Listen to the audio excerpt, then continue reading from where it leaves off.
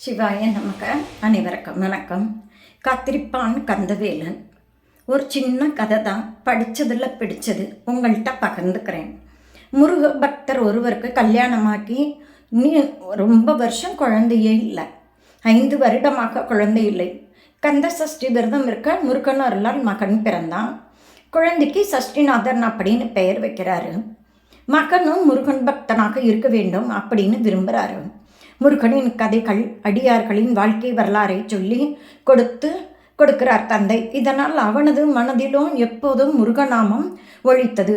படிப்பை முடித்ததும் முழு நேரமும் முருகனுக்கே சேவை செய்ய விரும்பினான் சஷ்டிநாதன். சஷ்டி கார்த்திகை நாட்களில் விரதமிருந்து அன்னதானம் செய்தான். இப்படி ஆண்டுகள் பல ஓடின.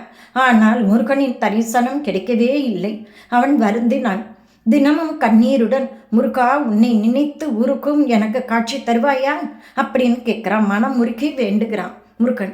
அன்று கந்த சஷ்டி அன்னதான மண்டபத்தில் பக்தர்கள் சாப்பிட அமர்ந்திருக்காங்க. அப்போதுதான் அவனுக்கு அற்புத காட்சி கிடைத்தது.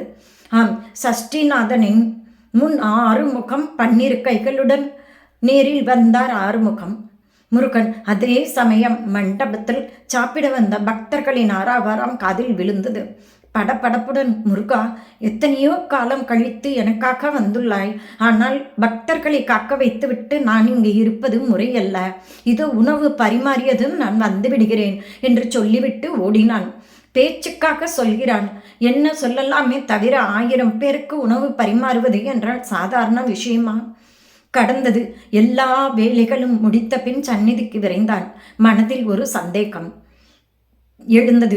தேடி வந்த முருகனை அலட்சியப்படுத்தி விட்டேனே, காத்திருப்பாரா என யோசித்தான். என்ன ஆச்சரியம்! முருகன் அதே இடத்தில் காத்து நின்றார். தாமதத்திற்கு மன்னிப்பு வேண்டி பாதத்தில் விழுந்தான்.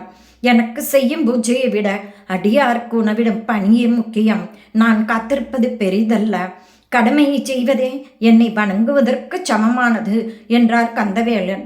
முருகனுக்கு ஆனந்த கண்ணீரால் அபிஷேகம் செய்தான் சஷ்டிநாதன். காலம் அறிவான், கருணை புரிவான் கந்தவடிவேலன். முருகனை நினைப்போருக்கு ஒரு நாளும் தீங்கு இருக்காது. ஓ முருகா, குரு முருகா, அருள் முருகா, ஆனந்த முருகா, சிவசக்தி பாலகனே, சண்முகனே, சடாட்சரனே, என் வாக்கிலும் நினைவிலும் நின்று காக்க. ஓம் ஐம் க்ரீம் வேல் காக்க ஸ்வாகா. காத்திருப்பான் கந்தவேலன் அப்படிங்கிற ஒரு கதை எனக்கு ரொம்ப பிடிச்சது. இன்னைக்கு தை, இது வேற பூசம். அதனால் முருகனை கும்பிட்டு வாழ்வில் எல்லாம் நலமும் வளமும் பெற்று பல்லாண்டு காலம் நாம் அனைவரும் வாழ்வோம். முருகன் நாம் கூட எப்பொழுதும் இருப்பார். வேலுண்டு வினையில்லை, மயிலுண்டு பயமில்லை, குகனுண்டு குறையில்லை, கந்தனுண்டு கவலை இல்லை. முருகனை வணங்குவோருக்கு ஒரு தீங்கும் இல்லை.